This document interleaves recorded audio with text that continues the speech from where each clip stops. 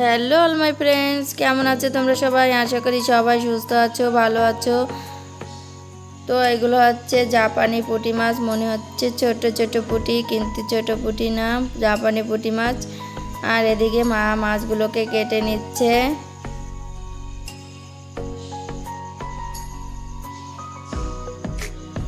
তো তোমরা প্রথম থেকে শেষ অবধি ভিডিওটি দেখতে থাকো, আশা করি সবার খুব ভালো লাগবে। আর প্লিজ তোমরা স্কিপ করে দেখো না, পুরো ভিডিওটা দেখো।